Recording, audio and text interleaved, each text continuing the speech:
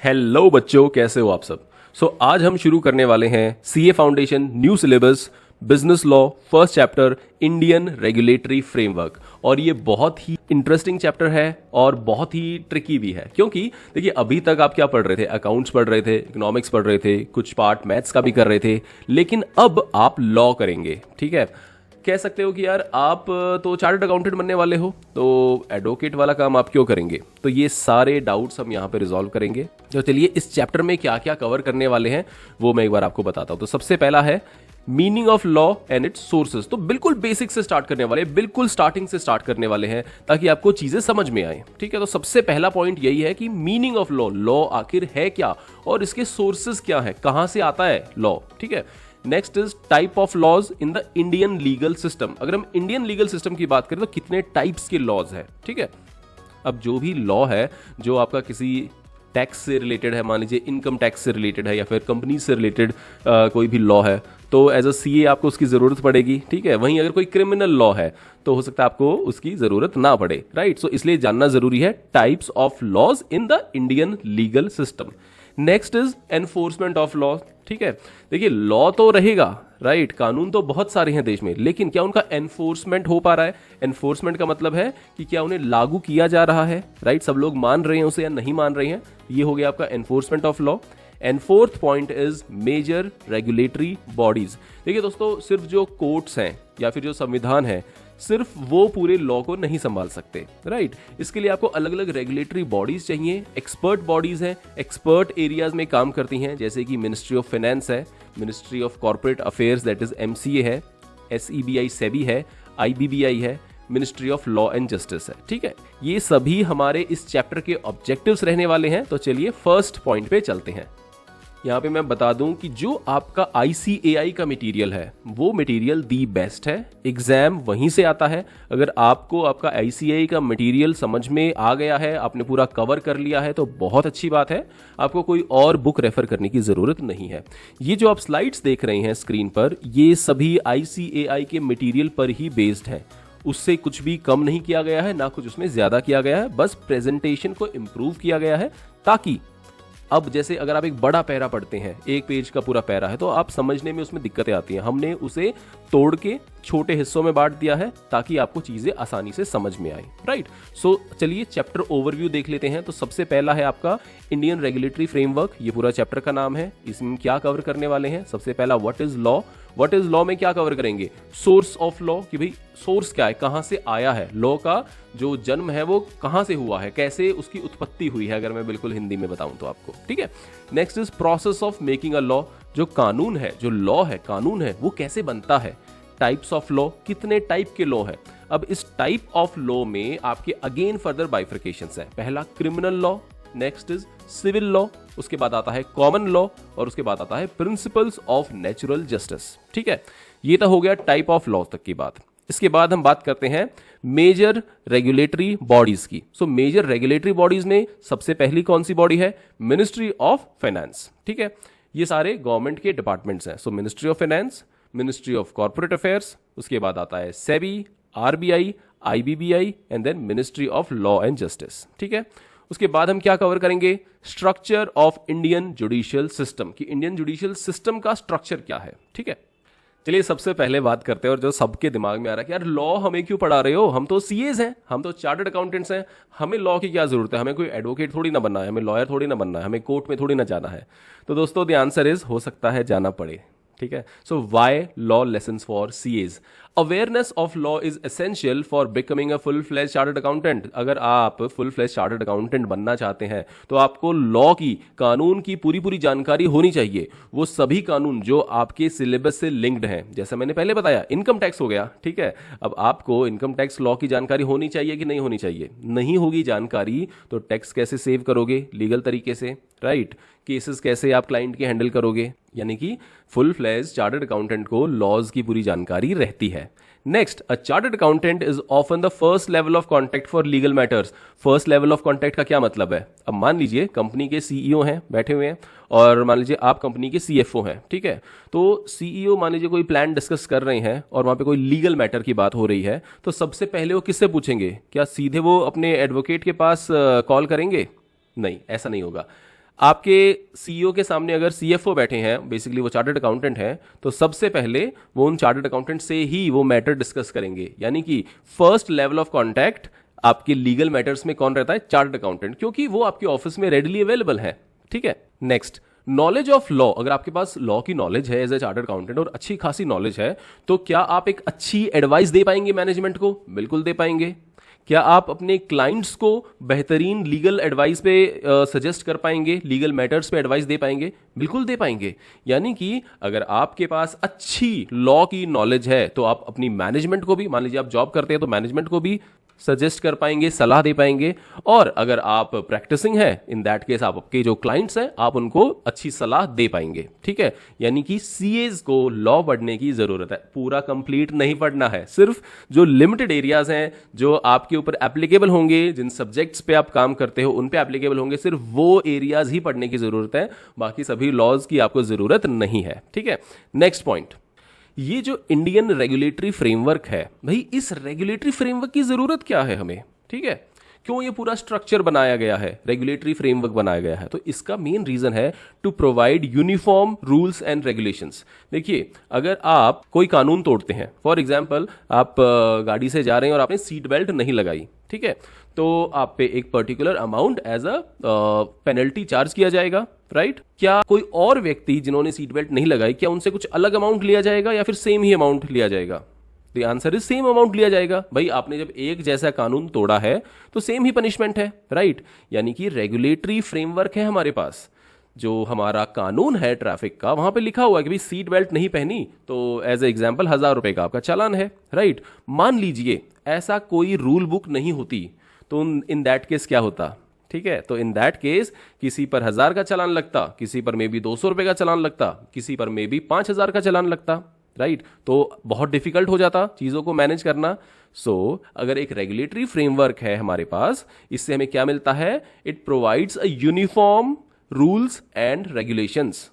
Uniform मतलब एक जैसे रूल्स एंड रेगुलेशन सभी के लिए मिलते हैं, right? Next is to govern conduct of people in personal and business relationships. अब मान लीजिए लॉज नहीं है, कोई रेगुलेटरी फ्रेमवर्क नहीं है, तो सब अपने स्टाइल में काम करेंगे। ठीक है। प्रैक्टिकली क्या होगा? आपने बोला किसी को कि भाई चलिए हमें कोई सौदा करते हैं, कोई बिजनेस करते हैं, और आपने कहा कि भाई चलिए ये जो आपका प्रोडक्ट है मैं इसकी 1000 क्वांटिटी खरीद लेता हूं और 1000 क्वांटिटी में भी 1000 रुपए की मैं इसे खरीद लेता हूं, कल आपको पेमेंट कर दूंगा, आप माल भिजवा दीजिए। तो सामने वाले पार्टी ने माल भिजवा दिया, अब इन भाई साहब ने पेमेंट नहीं की, तो अगर रेगुलेटरी फ्रेमवर्क है तो मुझे पेमेंट करनी पड़ेगी। मैं डरूंगा, मैं सोचूंगा कि यार अगर मैंने पेमेंट नहीं की तो अगला बंदा मुझ पे केस कर देगा, कोर्ट में मुझे खींच सकता है, राइट? मेरी शिकायतें कई जगह और भी हो सकती हैं। तो इसीलिए रेगुलेटरी फ्रेमवर्क की हमें जरूरत पड़ती है to govern conduct of people in personal as well as business relationships. ठीक है। पर्सनल स्पेसेस में भी, पर्सनल लेवल पे आपने मान लीजिए किसी व्यक्ति को धोखा दे दिया, राइट? तो उसकी एक अलग सजा है। ठीक है। उसी हिसाब से कोई बिजनेस रिलेशनशिप है, उसकी अपनी सजा है। अगर मान लीजिए आप कोई कॉन्ट्रैक्ट ब्रीच करते हैं, आपने किसी को डिफेम किया, आपने कुछ भी ऐसा कार्य किया जो कि लॉ के अगेंस्ट है, राइट? तो वहां पे आपको उसकी रिलेवेंट पनिशमेंट मिलती है। अब मान लीजिए कोई रेगुलेटरी फ्रेमवर्क ही नहीं है, राइट? कोई कानून व्यवस्था ही नहीं है, इन दैट केस क्या होगा? फिर तो भाई सब अपनी मर्जी के मालिक हैं, कोई कुछ भी कर रहा है, तो क्या चीजें चल पाएंगी? क्या सही तरीके से बिजनेसेस रन हो पाएंगे? नहीं, फिर तो बहुत दिक्कतें आ जाएंगी। ठीक है। Next point, need for laws. ठीक है। अब लॉज की जरूरत क्या है यार? तो laws guide society towards proper conduct. Society में, हमारे समाज में सब लोग फिर प्रॉपरली कंडक्ट करते हैं, राइट? अगर लॉ ही नहीं है तो कोई पनिशमेंट का डर नहीं है, people will do anything which they want. ठीक है। They help identify violations and punish wrong doers. Laws की क्या क्यों जरूरत है भाई? सेकंड, जो भी वायलेशंस है, अब कैसे पता लगेगा कि भाई ये वायलेशन है? अगर आपने ट्रैफिक में मान लीजिए सिग्नल तोड़ दिया, तो कैसे पता लगेगा अगर लॉ ही नहीं है, कोई कानून ही नहीं है कि भाई ये वायलेशन है, राइट? आप तो अपने रास्ते जा रहे हैं, राइट? तो लॉ में लिखा हुआ है कि अगर आप लाल बत्ती पर क्रॉस करते हैं, गाड़ी निकाल लेते हैं, इन दैट केस ये वायलेशन माना जाएगा और आप पे मे बी 1000 रुपए की पेनल्टी लगेगी। ठीक है। नेक्स्ट पॉइंट कि क्यों जरूरत है भाई लॉज की, कानूनों की? So laws have remained necessary throughout human evolution and societal development. ये जो कानून है ये आज से नहीं है, अभी आप पढ़ेंगे ये 100 साल 150 साल 200 साल पुराने टाइम से चले आ रहे हैं, राइट? यानी कि human evolution and societal development के लिए कानून व्यवस्था होना बहुत जरूरी है। ठीक है। कैसा लग रहा है? इंटरेस्टिंग लग रहा है? चलो अब थोड़ा सा और आगे इसको समझते हैं और ये बहुत ही इंटरेस्टिंग होने वाला है, ठीक है। एंशियंट लीगल सिस्टम, तो आज तो चलो हमने मान लिया कि भाई कोर्ट्स हैं, राइट, और पूरे कानून व्यवस्था है, पुलिस है, लेकिन एंशियंट टाइम्स में क्या होता था, बहुत पहले जमाने में क्या होता था, तो जो सबसे पुराना कानून है वो है कोड ऑफ हम्मुराबी, ठीक है। कोड ऑफ हम्मुराबी सबसे पुराना रिटन लॉ है भाई, ये कहीं पे लिखित है और ये एक रिटन लॉ है। किसने ये इंट्रोड्यूस किया था? It was introduced by king Hammurabi of Babylon. Babylon के राजा थे किंग हम्मुराबी, इन्होंने इस लॉ को इंट्रोड्यूस किया था। कब किया था? 1792 बीसी से 1758 बीसी, ठीक है। अब आप सोचेंगे कि यार ये उल्टी क्यों चल रही है गिनती, 1792 के बाद तो 93 94 आना चाहिए, फिर 58 कैसे आ गया? क्योंकि दोस्तों ये बीसी है, बीसी में अपोजिट उल्टा चलता है, एसी में आगे चलता है, ठीक है।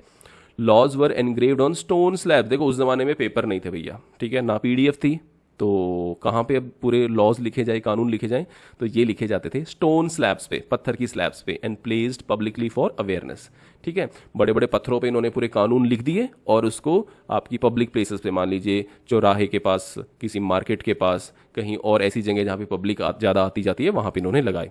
इसके बाद जजेस were appointed to ensure compliance with law. उस जमाने में भी, किंग हम्मुराबी के ज़माने में भी जजेस को अपॉइंट किया जाता था to ensure compliance of law, कि भी जो हमने लॉज लिखे हैं स्टोन्स पे, पत्थरों पे, इनका पूरा कंप्लायंस हो रहा है, ठीक है। इसके अलावा एक और हमारे पास पुराना कानून है, 12 टेबल्स ऑफ रोम। ये आया था 450 बीसी में, ठीक है।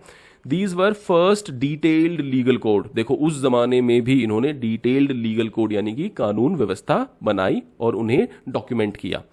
These laws were engraved on 12 bronze tablets। Bronze एक मेटल होता है, ब्रॉन्ज की इन्होंने टैबलेट्स बनाई और वहां पे इसे लिखवाया गया, ठीक है।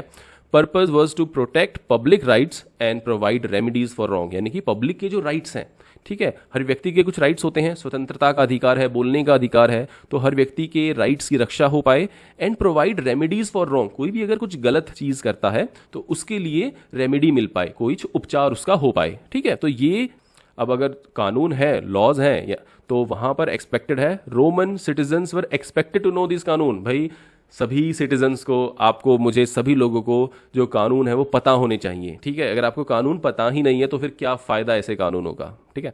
Next, amendments were made over time as per changing requirements. अब एक बार कानून लिख दिया सो लिख दिया, ऐसा नहीं होता, समय के साथ कानून में बदलाव आता है, क्योंकि जैसे जैसे इवॉल्व होते हैं हम लोग, आगे बढ़ते हैं, वैसे वैसे हमारे जो कानून है उन्हें भी बदलने की जरूरत पड़ती है। कैसे? एक जमाने में जो ट्रैफिक चालान्स थे वो बहुत ही छोटे अमाउंट्स के होते थे, मान लीजिए 50 रुपए, 100 रुपए, इस टाइप से आपकी पेनल्टी लगती थी। लेकिन अब अमेंडमेंट किया गया, उसमें चेंजेस किए गए, उन्हें अपडेट किया गया और अब पेनल्टी कितनी लगती है? 10,000 रुपए, 5,000 रुपए, राइट। सो अमेंडमेंट्स की समय के साथ जरूरत पड़ती है।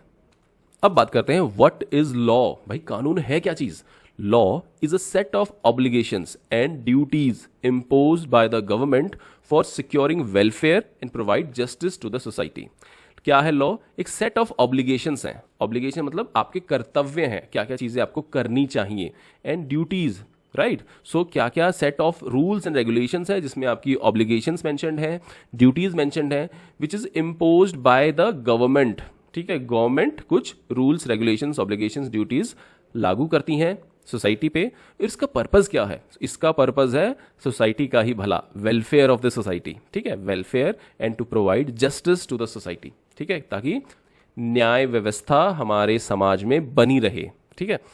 India's legal framework reflects the social, political, economic and cultural aspects of our vast and diversified country. हमारा जो लीगल फ्रेमवर्क है ये क्या दर्शाता है? ये दर्शाता है इंडिया की social, political, economic and cultural aspects, क्योंकि हमारी कंट्री इतनी बड़ी है, इतनी डाइवर्सिफाइड कंट्री है, तो उसी हिसाब से हमारा जो लॉ है ये इन सभी पॉइंट्स को कैप्चर करता है, ठीक है। अब बात करते हैं मेन सोर्सेज ऑफ लॉ की। भाई जो कानून है हमारे पास, ठीक है, अब देखिए बहुत सारे कानून हैं इंडिया में, राइट। ये कानून आए कहाँ से हैं? इनके मेन सोर्सेज क्या हैं? सो कानून कहाँ से आया है? सबसे पहला कॉन्स्टिट्यूशन, जो हमारा संविधान है, बाबा साहब अम्बेडकर जी ने जो संविधान बनाया था वहां से आते हैं। Second, statutes and laws made by parliament and state assemblies. Parliament यानी दिल्ली में जो पार्लियामेंट है, पूरी कंट्री के लिए लॉज वहां पे बनाए जाते हैं, and state assemblies, her state की भी जो एक तरीके से पार्लियामेंट है उसे असेंबली कहते हैं, स्टेट असेंबली, ठीक है। जो एमएलएज हैं वो आपके स्टेट में, स्टेट असेंबलीज में बैठते हैं। सो यहां से भी लॉज बनते हैं, कानून बनते हैं, ठीक है। तीसरा है judicial precedents and decisions of court. इसका मतलब क्या हुआ, जो भी किसी कोर्ट ने ऑलरेडी डिसीजन दिया है, मान लीजिए सुप्रीम कोर्ट ने कोई एक डिसीजन दिया है और उन्होंने एक फैसला लिया है, अब अगर सिमिलर केस किसी और कोर्ट में आ जाता है तो वो जो सुप्रीम कोर्ट ने फैसला दिया था उसी फैसले के हिसाब से निचली अदालतें, निचले कोर्ट्स उस फैसले को मान्यता दे देते हैं। ठीक है, यानी कि जो इससे पहले डिसाइड हो चुका है, जुडिशियल प्रेसिडेंट्स हैं, उनके बेसिस पर भी आपका जो लॉ है वो निर्धारित होता है। Next is customs and usage. Customs and usages का मतलब है कि कुछ ऐसी चीजें हैं जो काफी टाइम से चली आ रही हैं, लोकल कस्टम ही उसका ऐसा है। ठीक है, लिखित में कोई कानून नहीं है, लिखित में कोई भी कानून नहीं है, there is no written law on a small local custom. Courts में consider long followed community practices. अब मान लीजिए पिछले 100 साल से, 50 साल से या 20 साल से एक प्रैक्टिस फॉलो कर रहा है समाज, ठीक है, तो उसको ही आप लॉ की मान्यता दे देते हैं। कोर्ट्स क्या कहते हैं कि ठीक है, this is a general practice followed, तो इसको भी लॉ का दर्जा है। ठीक है, अब इंडिया में क्या होता है, इंडिया में पार्लियामेंट्री डेमोक्रेसी है, यानी कि पार्लियामेंट के हिसाब से चीजें काम करती हैं। Constitution is the basis and source of all laws. जितने भी कानून आते हैं उसका जो बेसिक सोर्स है वो क्या है, वो कॉन्स्टिट्यूशन है। भाई सारी पावर्स कॉन्स्टिट्यूशन से ही आती हैं। इसके बाद people elect representatives to parliament and state assemblies. आपने वोट दिया, आपने किसी एमपी को, एमएलए को चुना, और ये सभी आपके रिप्रेजेंटेटिव्स हैं। ये रिप्रेजेंटेटिव्स देश के लिए कानून बनाते हैं, स्टेट्स के लिए कानून बनाते हैं, और जो पार्लियामेंट है वो आपकी अल्टीमेट लॉ मेकिंग बॉडी है। ठीक है, अब बात करते हैं एप्लीकेबिलिटी ऑफ लॉज की। ठीक है, सो लॉज पास्ड बाय पार्लियामेंट में अप्लाई टू होल और पार्ट ऑफ इंडिया। देखिए, जो पार्लियामेंट में, जो दिल्ली की पार्लियामेंट में जो लॉज पास होंगे वो पूरे इंडिया पे एप्लीकेबल होंगे, या फिर अगर किसी पार्ट पे मान लीजिए एप्लीकेबल नहीं है तो उस लॉ में क्लियरली मेंशन्ड होगा कि ये इस पर्टिकुलर पार्ट पे एप्लीकेबल नहीं है। जैसे पहले कई ऐसे लॉज में देखा गया था कि वहां मेंशन्ड होता था this law is applicable to whole of India except Jammu and Kashmir. ठीक है, तो इस टाइप से कुछ एक्सेप्शंस पहले हुआ करती थी। ऐसे कुछ एग्जाम्पल्स हैं हमारे पास। पार्लियामेंट के पास ये पावर है कि वो ऐसे कानून बनाए जो पूरे इंडिया पे एप्लीकेबल हो या फिर किसी पर्टिकुलर पार्ट ऑफ इंडिया पे एप्लीकेबल हो। ठीक है, उसके बाद laws passed by state assemblies. अब मान लीजिए आप बिहार स्टेट से हैं, तो आपकी जो असेंबली है वो उस कंसर्न्ड स्टेट संबंधित कानून बनाएगी। राइट, हरियाणा से हैं तो हरियाणा की जो स्टेट असेंबली है वो उस कंसर्न्ड स्टेट से संबंधित लॉज पास करेगी। ठीक है, मान लीजिए कोई फार्मर्स का मुद्दा है, लोकली कोई फसल का मुद्दा है, किस तरह से किसी पर्टिकुलर कैनाल का पानी यूज होना है, उस टाइप का मुद्दा है, तो स्टेट के ये मुद्दे हैं, तो इनसे रिलेटेड डिसीजंस कौन लेगा, स्टेट लेजिस्लेचर। ठीक है, और मान लीजिए इनकम टैक्स से रिलेटेड कोई मुद्दा है, राइट, आपका कंपनीज एक्ट से रिलेटेड कोई मुद्दा है, तो वो पूरे इंडिया पे एप्लीकेबल होता है, तो वहां कानून कौन पास करेगा, पार्लियामेंट। ठीक है, अब देख लीजिए central law like income tax applies across India. और स्टेट लॉज की बात करें तो मान लीजिए लैंड रेवेन्यूज की बात हो रही है, और तो लैंड रेवेन्यू आपका स्टेट का सब्जेक्ट हो जाता है, और जो स्टेट लेजिस्लेचर्स है वहां पे ये कानून पास होते हैं। ठीक है, अब बात करते हैं गवर्नमेंट ऑफ इंडिया एक्ट की। क्या था ये, precursor of the constitution of India के पहले क्या था, गवर्नमेंट ऑफ इंडिया एक्ट 1935। देखिए ये तो फ्रीडम से पहले का ही एक्ट है, तो ये कहां पास हुआ था भाई, ये पास हुआ था parliament of the United kingdom, UK की पार्लियामेंट में पास हुआ था कानून गवर्नमेंट ऑफ इंडिया एक्ट। ठीक है, changed government structure from unitary to federal. इस कानून के तहत जो गवर्नमेंट का स्ट्रक्चर है वो यूनिटरी से फेडरल बनाया गया। ठीक है, आपने अभी भी देखा होगा कि फॉर एग्जांपल यूएस की गवर्नमेंट की बात करें तो फेडरल गवर्नमेंट कहते हैं, इस टाइप से बात करते हैं। तो इंडिया में भी यूनिटरी से फेडरल गवर्नमेंट लाया गया। फेडरल का मतलब क्या है, जैसे यहाँ पर स्टेट गवर्नमेंट भी है और यहाँ पर सेंट्रल गवर्नमेंट भी है। अगर आपके ऊपर कोई कानून बनाना है तो स्टेट भी बना सकता है, सेंटर भी बना सकता है। Right, next distributed powers between centre and state. इस एक्ट के तहत क्या किया गया है भाई, स्टेट्स की कितनी पावर्स होंगी और सेंटर की कितनी पावर होंगी, ये सारी पावर्स को डिवाइड किया गया है। So just like work is divided between head office and branch office, ठीक है ना, किसी कंपनी का जो काम होता है वो हेड ऑफिस और ब्रांच ऑफिस में डिवाइडेड होता है, इसी तरह पावर्स भी हैं वो डिवाइड होती हैं स्टेट और सेंटर के बीच में। ठीक है, अब बात करते हैं फेडरल कोर्ट की। ठीक है, फेडरल कोर्ट मतलब ये कोर्ट है, ये 1937 में बनी थी। ये जो फेडरल कोर्ट है इनके पास appellate original and advisory jurisdiction है। ठीक है, एपलेट का मतलब जहां पे अपील की जा सकती है, यानी अगर किसी निचली अदालत ने कोई डिसीजन दिया है तो वहां पर आपको अपील करने का मौका दिया जाता है। ओरिजिनल एंड एडवाइजरी जुरिस्डिक्शन मतलब जो ओरिजिनल केसेस हैं वो भी हैंडल होंगे, एंड दी एडवाइजरी जुरिस्डिक्शन मतलब है मान लीजिए गवर्नमेंट को एडवाइस की जरूरत है तो फेडरल कोर्ट वहां पे एडवाइस दे सकती है। Could hear civil and criminal appeals, civil and criminal appeals यहाँ पे सुनी जाती हैं। इसके अलावा फेडरल कोर्ट गवर्नर जनरल को पब्लिक मैटर्स पर एडवाइस कर सकती है। ठीक है, और फेडरल कोर्ट को बाद में सुप्रीम कोर्ट ऑफ इंडिया से रिप्लेस कर दिया गया है, यानी कि सुप्रीम कोर्ट का जो पहला नाम था वो था फेडरल कोर्ट, अब इसे सुप्रीम कोर्ट कहा जाता है। ठीक है, उसके बाद आया कॉन्स्टिट्यूशन ऑफ इंडिया 1950। भाई ये बहुत पहले का हमारा एक लॉ है जो कि हमारा गवर्निंग डेमोक्रेटिक फ्रेमवर्क है। ठीक है, एक तरीके से डेमोक्रेटिक इंडिया का तो ये फोरमोस्ट लॉ है। ठीक है, next provides and protect fundamental rights. ठीक है, कॉन्स्टिट्यूशन में फंडामेंटल राइट्स की बात की गई है। आपने अपनी छोटी क्लासेस में जब आपने सिविक्स पढ़ा होगा वहां पे आपने इन सब टॉपिक्स को टच किया होगा, राइट। फंडामेंटल राइट्स क्या होते हैं, lays down fundamental duties, fundamental duties की यहाँ पे बात की गई है। इसके अलावा कॉन्स्टिट्यूशन ऑफ इंडिया में क्या मेंशन्ड है, defines powers and duties of central and state government. भाई स्टेट क्या करेंगे, उनके क्या अधिकार हैं, उनकी क्या ड्यूटीज हैं, स्टेट गवर्नमेंट्स के अलावा सेंट्रल गवर्नमेंट क्या करेगी, उनकी क्या पावर्स हैं, उनकी क्या ड्यूटीज हैं, ये सभी कॉन्स्टिट्यूशन ऑफ इंडिया में मेंशन्ड है। Forms the basis of India's hybrid legal system, India का लीगल सिस्टम हाइब्रिड है और उसका बेस क्या है, कॉन्स्टिट्यूशन ऑफ इंडिया। ठीक है, देखिए ये जो चैप्टर है ये चैप्टर आपका बेस बनाता है आने वाले चैप्टर्स के लिए। अगर आपको ये बेस चैप्टर ही नहीं समझ में आएगा तो इन दैट केस आपको आने वाले चैप्टर्स में फिर कई दिक्कतें होंगी, आपको नहीं समझ में आएंगी चीजें, इसलिए ये chapter as a base chapter मान के चलिए, right. So distribution of law making powers, कानून बनाने की शक्तियां जो हैं, पावर्स हैं, वो उनका डिस्ट्रीब्यूशन कैसा है। सो कॉन्स्टिट्यूशन जो है वो पावर्स को, अलग अलग शक्तियों को सेंट्रल और स्टेट गवर्नमेंट के बीच में बांटता है। ठीक है, और इन्होंने 3 लिस्ट बनाई है कॉन्स्टिट्यूशन के अंदर, 3 लिस्ट हैं। एक है सेंट्रल लिस्ट, इस लिस्ट में वो सारी शक्तियां हैं जो सेंटर के पास हैं। स्टेट लिस्ट, वो सारे टॉपिक्स जहां पर स्टेट कानून बना सकता है, स्टेट के पास शक्तियां हैं, उसे कहते हैं स्टेट लिस्ट। और एक है जॉइंट या फिर कॉन्करेंट लिस्ट, यानी कि एक ऐसी लिस्ट जिस पर स्टेट भी बना सकता है और सेंटर भी कानून बना सकता है। अब इसका एक एग्जाम्पल हम देख लेते हैं। मान लीजिए इनकम टैक्स है। ठीक है, इनकम टैक्स क्या है, सेंट्रल सब्जेक्ट है, राइट। पूरी कंट्री में, इंडिया में यूनिफॉर्म लॉ है, सभी स्टेट्स पे लगेगा, सभी व्यक्तियों पे लगेगा। वहीं अगर मैं स्टैंप ड्यूटी की बात करूं तो ये क्या है, ये एक जॉइंट सब्जेक्ट है। इस पर सेंटर भी अपना रूल लगा सकता है, अपना कानून बना सकता है कि मैं XYZ अमाउंट लूंगा, इस परसेंटेज के हिसाब से कलेक्ट करूंगा। और स्टेट भी अपने रिस्पेक्टिव स्टेट में स्टैंप ड्यूटी से संबंधित शक्तियां स्टेट के पास भी हैं। ठीक है, so income tax complete across India, ये आपका सेंटर का सब्जेक्ट हो गया।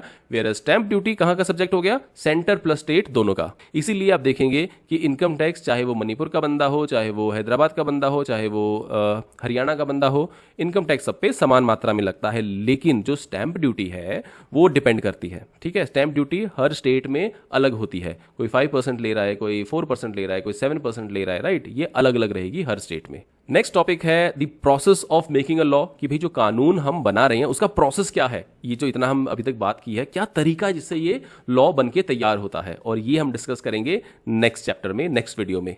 कोई भी क्वेश्चंस है, क्वेरीज हैं तो आप कमेंट्स में पूछ सकते हैं। मिलते हैं नेक्स्ट वीडियो में। सी यू, गुड बाय।